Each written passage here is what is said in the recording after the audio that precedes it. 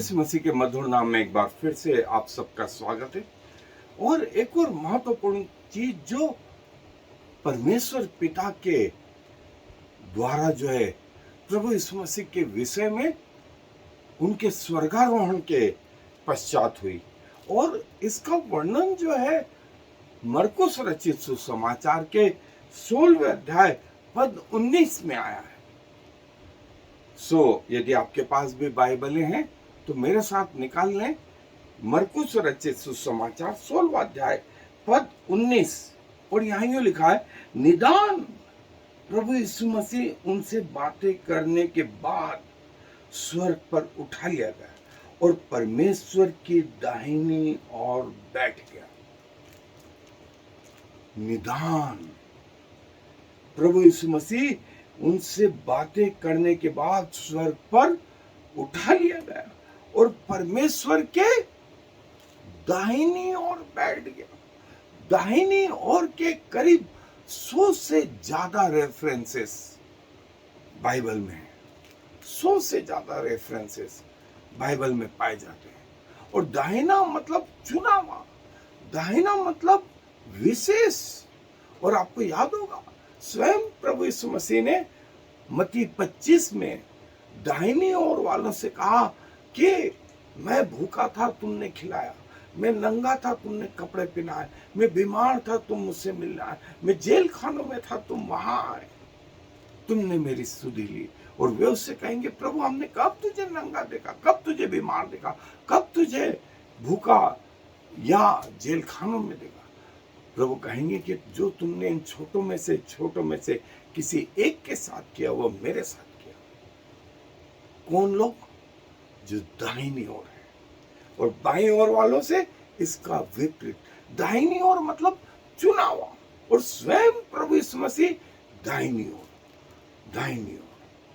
और जो है एक चुना हुआ हिस्सा परमेश्वर के सामने हमारे लिए विनती करते हैं। आज प्रभु यीशु मसीह पिता के दाहिने बैठ करके हमारे लिए एक तो एडवोकेट का, मध्यस्थ या महायाजक का काम करते हैं आज भी। और बाइबल इस विषय में और क्या कहती है, आए मेरे साथ अध्ययन। पिता के दाहिने विराजमान हो गए, और जो है आज हमारे लिए निवेदन कर दे। भजन संहिता 110:1 में कहा है कि प्रभु ने मेरे प्रभु से कहा कि मेरे दाहिने बैठ। और प्रभु यीशु मसीह ने ये बात जो है कही कि दाऊद कैसे कहता है कि प्रभु ने मेरे प्रभु से कहा। मत्ती रचित सुसमाचार का 26वां अध्याय 64वें आयत में। और प्रभु यीशु मसीह ने दाऊद के वो शब्द कोट करे और पूछा कि ये कैसे संभव है। यदि मसीह दाऊद का वंशज है तो दाऊद उसे प्रभु क्यों कहता है? तो फरीसियों, शास्त्रियों ने, महायाजकों ने कहा कैसे कहे।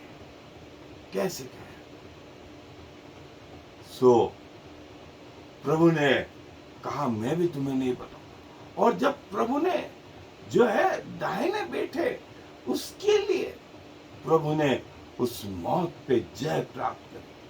और इब्रानियों की पुस्तक 1 अध्याय 3 आयत में कि वो हमारे पापों को हर के जो पिता के दाहिने विराजमान होगा। और जो है अपनी मृत्यु के द्वारा, वो लहू बहाए जाने के द्वारा जो है उसने हमारे पापों को धो दिया और पिता के दाहिने जा बैठा। पिता के दाहिने चुना हुआ। दूसरा जो है वो सर्वश्रेष्ठ स्थान। और ये वो बताता है कि हमारा प्रभु पिता के लिए सर्वश्रेष्ठ है। और उसके दाहिने हाथ में सामर्थ, ऑथोरिटी, आशीष। और जैसा मैंने कहा, करीब 100 से ज्यादा रेफरेंस दाहिने हाथ के लिए जो है बाइबल में आए। और वो ये कि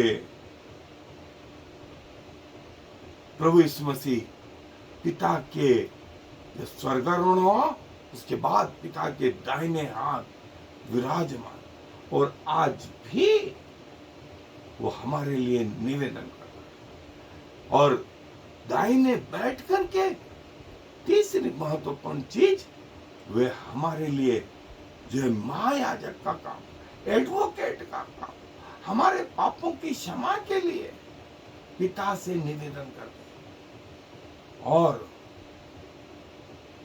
प्रभु ने कहा कि भजन संहिता में कहा कि पिता ने ठान लिया कि प्रभु यीशु मसीह हमेशा के लिए याजक, हमेशा के लिए याजक, जो भेड़ों के और बकरों के बलिदानों को नहीं, वरन अपने खुद के लहू को लेकर के पिता के समीप पहुंचा। पिता के समीप पहुंचा तो इसके बाद बलिदानों का चढ़ाना बंद हो गया, बलिदानों का चढ़ाना बंद हो गया। ये है हमारा प्रभु, ये है हमारा प्रभु। और वो जो सारी पृथ्वी पर राज्य करता है, दाहिने बैठ के पिता के जो है भजन संहिता 110 में, और तुम्हारे बीच में जो है प्रभु राज्य करेगा। एक राजा की तरह से प्रभु यीशु मसीह सारी पृथ्वी पर राज्य करेगा, राज्य करेगा। और जैसा भजन संहिता के अलावा हम प्रकाशित वाक्य के 19वें अध्याय और 15 से 16 आयत के बीच में देखते हैं कि वो उसने अपना राज्य इस पृथ्वी पर 1000 साल के लिए जो स्थापित किया, जिसे हम मिलेनियम किंगडम के नाम से, न सिर्फ 19वें अध्याय में, 20वें अध्याय में भी प्रकाशित वाक्य के ये बात आई। 1000 वर्ष के लिए जो प्रभु ने अपना राज्य इस पृथ्वी पर जो स्थापित किया। और फिर उसके बाद में 1000 वर्ष के बाद में जब शैतान अधोलोक में से छोड़ा गया, तो शैतान ने जो है गोग और मागोग नाम की जातियों को आखिरी युद्ध के लिए इकट्ठा किया, लेकिन आग स्वर्ग से गिरी और शैतान और उसके साथ वे सारे लोगों को भस्म कर दिया। और शैतान को उस अनंत आग में, जहां वो झूठा भविष्यवक्ता और वो पशु होगा, वहां पर और उन लोगों के साथ, उन स्वर्गदूतों के साथ में हमेशा हमेशा और हमेशा के लिए डाल दिया।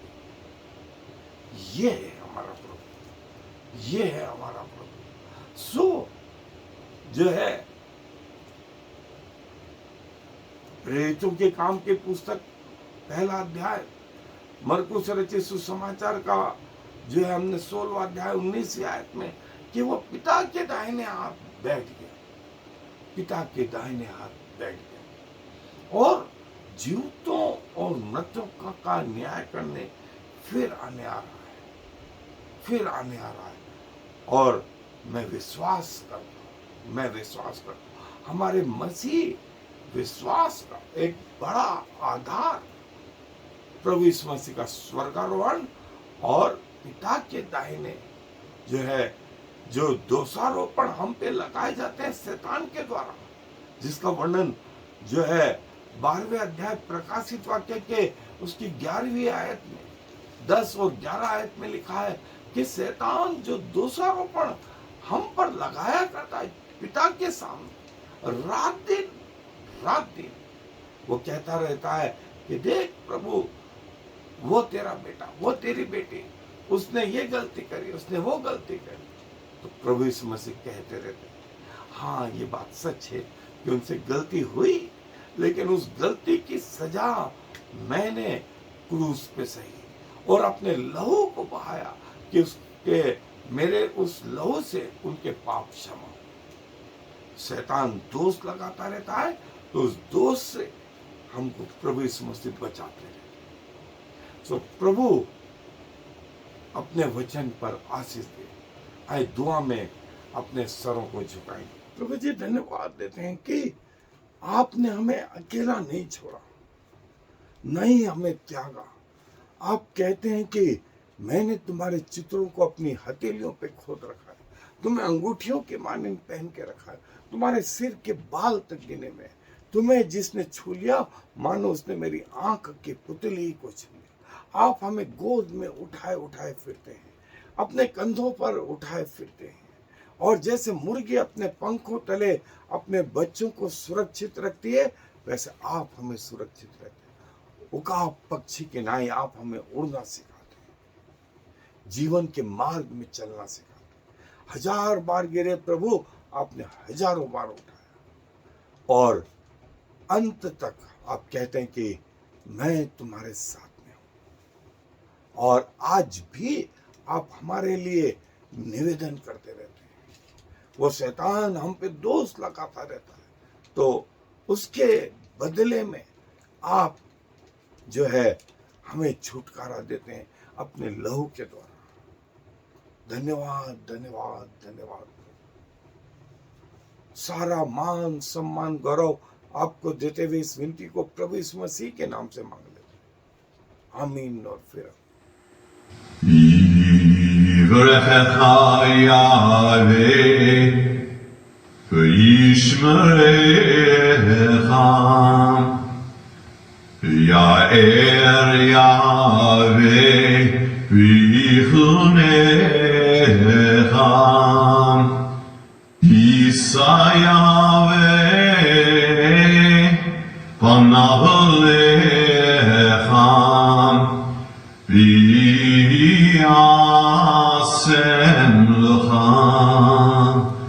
Shalom.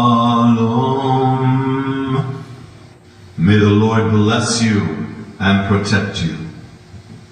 May the Lord smile on you and be gracious to you.